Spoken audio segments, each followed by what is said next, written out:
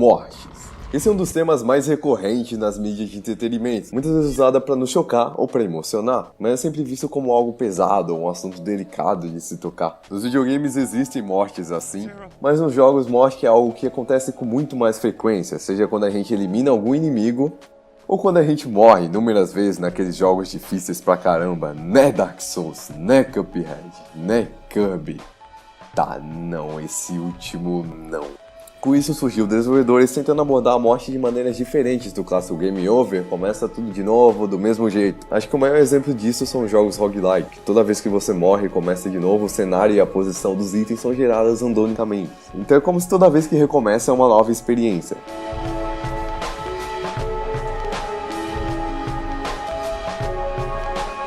A franquia Souls também é uma que ficou muito popular em lidar com a morte. Não há dúvidas que nesse jogo você vai morrer muito. Mas o que faz a morte ter um peso maior nesses jogos é que quando acontece você perde todas as almas que você está carregando naquele momento. As almas em Dark Souls servem como XP e dinheiro, então é algo muito importante. O bom é que quando o personagem renascer você pode ir até o local onde morreu e recuperar suas almas. Claro, se você não morrer de novo antes disso.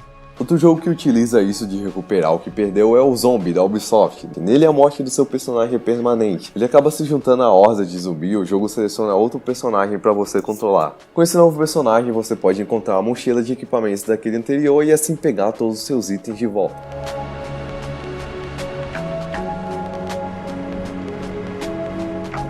Isso acaba criando também um contexto narrativo pra morte, porque faz muito mais sentido aquele seu personagem morrer e já era, do que ele simplesmente ser ressuscitado. Mas nesse próprio renascer do jogador tem como criar uma justificativa. No BioShock, por exemplo, existem as Vita Chambers, que foram dispositivos criados na cidade de Rapture para ressuscitar qualquer pessoa que morresse de forma violenta. No Dark Souls tem a maldição dos Undead, que no contexto da história é o que impede o nosso personagem de morrer definitivamente e estar sempre voltando. Um uso de morte que eu gosto muito é do Metal Gear Solid 3, onde você tem dois itens ligados à morte, o Fake Death Pill, que como o nome já diz, simula a morte. Então quando algum inimigo está atrás do Snake, você pode muito bem ir lá usar o item e fingir de morto. Só que nisso vai aparecer a tela de Game Over, e na própria tela de Game Over você pode acessar o seu inventário e usar o outro item, o Revival Pill, que vai fazer o Snake levantar como se nada tivesse acontecido.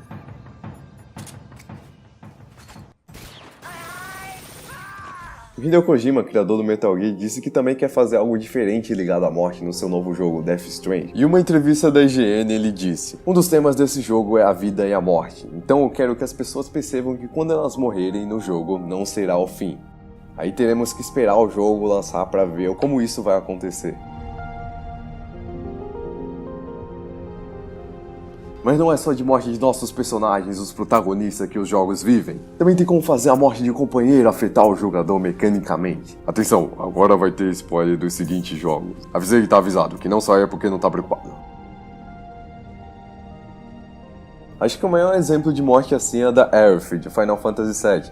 Essa morte, além de todo o peso que ele carrega pra história, pois ela é um personagem que você encontra logo no começo da jornada, então dá tempo de criar uma empatia por ela. O jogo também faz isso afetar a gameplay, pois ela era a curadora do grupo, e quem já jogou um RPG de turno sabe o como esses personagens que curam são importantes. Então a partir dali você tem que jogar sem aquela personagem na sua party. Então mesmo que não tenha ficado triste com a morte dela na parte da história, pode ter ficado triste por ter perdido bom suporte na gameplay. Eu acho que essa é uma mídia que consegue fazer a gente criar uma empatia muito grande pelos personagens, porque estamos controlando eles. Eu nunca vou esquecer o quão perplexo eu fiquei quando a Agro cai naquela área final do Shadow of the Colossus.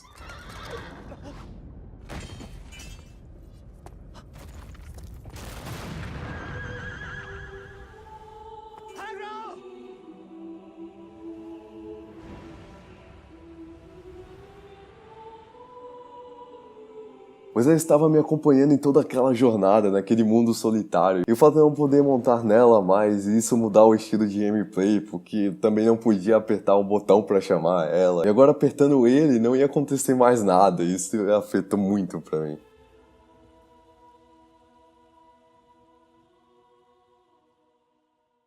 O jogo Brothers também utiliza essa perda de botões, digamos assim. Nele você controla dois irmãos, um com o analógico esquerdo e outro com o direito. No começo pode parecer meio estranho, mas com o tempo vai se acostumando e conseguindo controlar. Fazendo interações com os dois, resolvendo todos os puzzles, e você tá sempre controlando os dois juntos nessa jornada.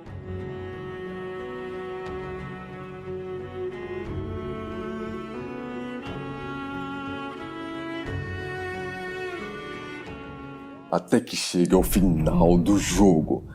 Nas partes finais, um dos irmãos morre, fazendo com que você não precise controlar mais um dos analógicos.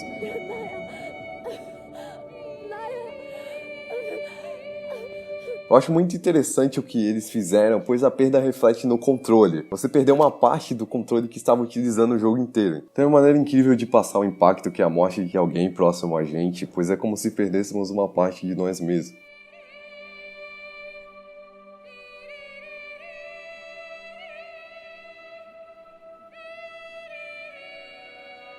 Bom, existem várias maneiras de utilizar a morte em jogos, como essa é uma mídia que envolve interação, dá pra fazer isso criar um impacto nas mecânicas.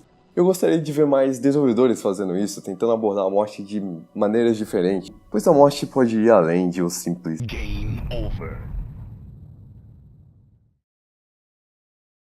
Olá pessoal, eu sou o Vinícius e esse aqui foi o primeiro vídeo que eu fiz pro Porta Trancada. Eu quero criar alguns vídeos nesse canal dando a minha opinião sobre os jogos que estou jogando, ou sobre alguns aspectos dos jogos. Sempre foi uma mídia que eu me interessei muito e eu gosto de falar sobre ela, então vai ser interessante fazer esses vídeos, criar esse canal aqui. Então é isso, bom, até o próximo vídeo.